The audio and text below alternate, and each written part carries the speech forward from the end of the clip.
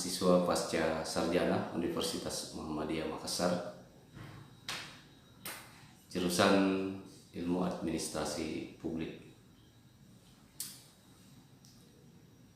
Pada kesempatan kali ini saya akan mempresentasikan salah satu tugas mata kuliah konflik kebijakan publik dengan judul yang saya angkat adalah analisis efektivitas dampak kebijakan subsidi pupuk pada petani padi. Seperti kita ketahui bersama, tahun 1969 kebijakan subsidi pupuk merupakan salah satu kebijakan yang menjadi tulang punggung kebijakan subsidi di bidang pertanian di Indonesia. Pada tahun anggaran 2019, pagu subsidi pupuk sebanyak 9.550.000 ton atau setara dengan 29,9 triliun rupiah, baik untuk pupuk urea, SP36, ZA, NPK ataupun pupuk organik lainnya. Hal ini menunjukkan bahwa subsidi pupuk masih menjadi instrumen penting dalam kebijakan pertanian. Kebijakan pemerintah yang cenderung terus meningkatkan subsidi pupuk bertujuan untuk meningkatkan produktivitas atau produksi di sektor pertanian, khususnya subsektor tanaman pangan. Kebijakan ini dilandasi atas pemikiran bahwa pupuk merupakan faktor kunci dalam meningkatkan produktivitas. Adanya subsidi menjadikan harga pupuk lebih murah sehingga mendorong peningkatan penggunaan input tersebut. PSE KP 2009. Selain itu, subsidi pupuk bertujuan untuk merespon kecenderungan kenaikan harga pupuk di pasar internasional dan penurunan tingkat keuntungan usaha tani. PSE KP 2006. Subsidi pupuk diharapkan dapat meningkatkan produktivitas pertanian dan kesejahteraan petani. Namun demikian, kebijakan subsidi pupuk ternyata masih banyak mengundang perdebatan. Di satu sisi, kebijakan subsidi pupuk dinilai berdampak positif terhadap peningkatan produktivitas sektor pertanian dan pendapatan petani, khususnya tanaman pangan. Hal ini antara lain disebutkan dalam hasil kajian Safaat 2006, PSEKP 2009, Hutagaul 2009, dan Bank Dunia 2009. Mempertimbangkan isu yang santer saat petani telah memasuki musim tanam atau musim pemupukan, petani kadang sulit bahkan susah untuk mendapatkan subsidi pupuk bersubsidi. Yang banyak dipakai oleh masyarakat itu adalah urea, NPK, dan ZA.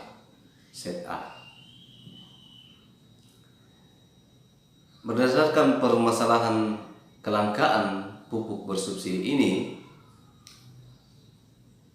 maka perlu kita kaji apa dan bagaimana faktor-faktor yang mempengaruhi kelangkaan pupuk tersebut. Sedangkan di peraturan Menteri Perindustrian dan Menteri Pertanian tentang penyaluran dan pengadaan serta pengawasan pupuk bersubsidi itu sudah cukup bagus. Namun pada kesempatan kali ini kita akan mencoba mencari makna dalam peristiwa kelangkaan pupuk bersubsidi ini.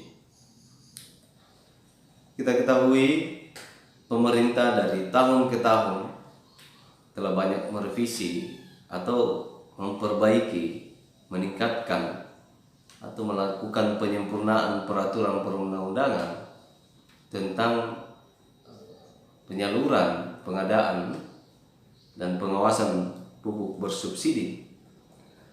Namun pada kenyataannya pengawasan distribusi pupuk bersubsidi ini masih lemah dan tidak ada koordinasi pada masing-masing bagian, baik pada perencanaan, pengadaan maupun pendistribusian, sehingga tetap banyak petani yang tidak bisa mendapatkan pupuk bersubsidi dengan mudah, karena pengecer resmi juga dapat dengan mudah menjual ke siapa saja.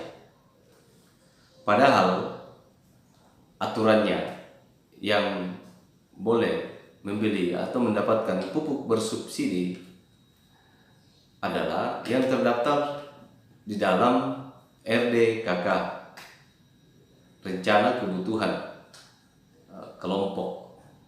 Artinya RDKK ini adalah hanya yang terdaftar di dalam kelompok tani berdasar pada jumlah atau luas lahan pertanian. Nah, pertanyaannya adalah bagaimana yang tidak memiliki atau tidak tergabung di dalam kelompok tani atau Poktan? Jelas yang tidak terdaftar atau yang tidak terbentuk di dalam kelompok tani itu juga tidak akan terdaftar di RDKK. Dan jelas petani Solo seperti ini yang tidak tergabung di dalam kelompok tani sudah dapat dipastikan tidak akan mendapatkan kuota pupuk bersubsidi. Kemudian permasalahan yang sering terjadi di tingkat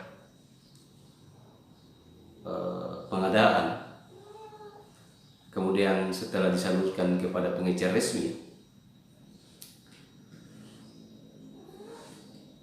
ada beberapa ketentuan peraturan perundang-undangan yang tidak atau kurang sesuai dengan prinsip 6 tepat, yaitu yang pertama adalah tepat jenis pupuknya itu jelas, misalnya urea, SP3, ZA, dan NPK itu ada.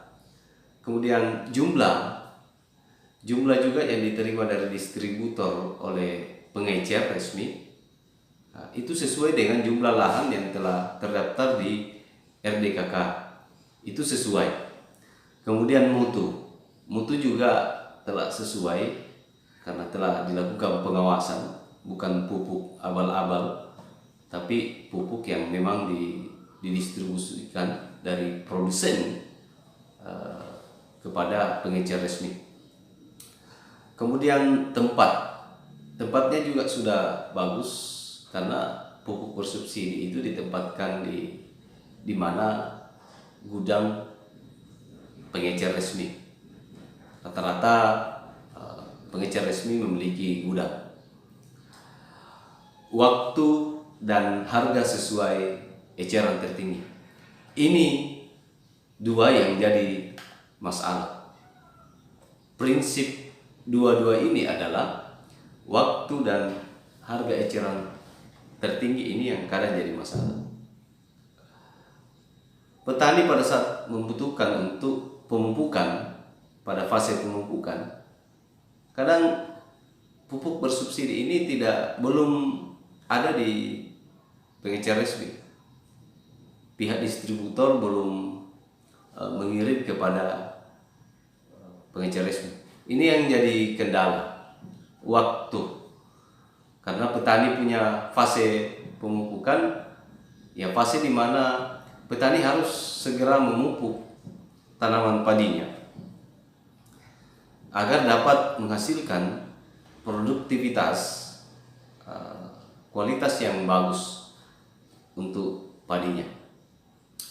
Kemudian yang prinsip terakhir adalah harga eceran tertinggi ini yang kadang jadi masalah. Karena misalnya harga eceran tertinggi itu adalah 1 sak isi 50 kg, harga eceran tertingginya adalah 120.000. Namun pengecer terkadang tidak menjual dengan head tertinggi, namun menjual dengan harga di atas harga eceran tertinggi. Ini yang menjadi masalah di lapangan. Dan sampai saat ini, dari tahun ke tahun sampai saat ini, perilaku ini masih kerap saja terjadi di tingkat pengecer atau oknum-oknum yang melakukan penyelewengan terhadap pupuk bersubsidi dalam bentuk urea, SP3, NPK, dan lain-lain sebagainya. Kesimpulan dari analisis kajian ini, kebijakan subsidi pupuk dalam upaya peningkatan produktivitas padi sudah ditetapkan sangat bagus, sudah berjalan dengan baik, sudah tepat sasaran, sudah sesuai atau sudah sangat tepat, semakin baik dari tahun-tahun terdahulu. Dan kebijakan subsidi pupuk sangat membantu petani. Kita tidak bisa nafikan bahwa petani sangat tergantung pada subsidi pupuk. Itu sangat, karena dianggap cukup efisien dan efektif. Kemudian faktor-faktor yang menjadi penghambat pelaksanaan kebijakan subsidi pupuk dalam upaya peningkatan produktivitas padi adalah pengawasan yang kurang.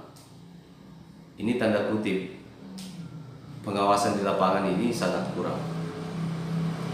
Pengawasan dari pemerintah, harga pupuk di atas harga eceran tertinggi, penyelewengan pupuk yang dibawa ke luar daerah, pendistribusian lambat dari distributor sampai ke pengecer resmi, hingga berakibat pada dampak pemupukan yang telat,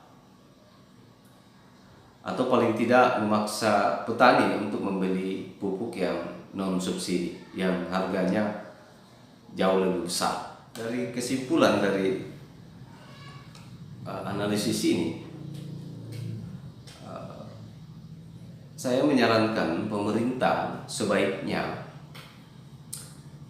lebih memaksimalkan pengawasan penyaluran subsidi pupuk,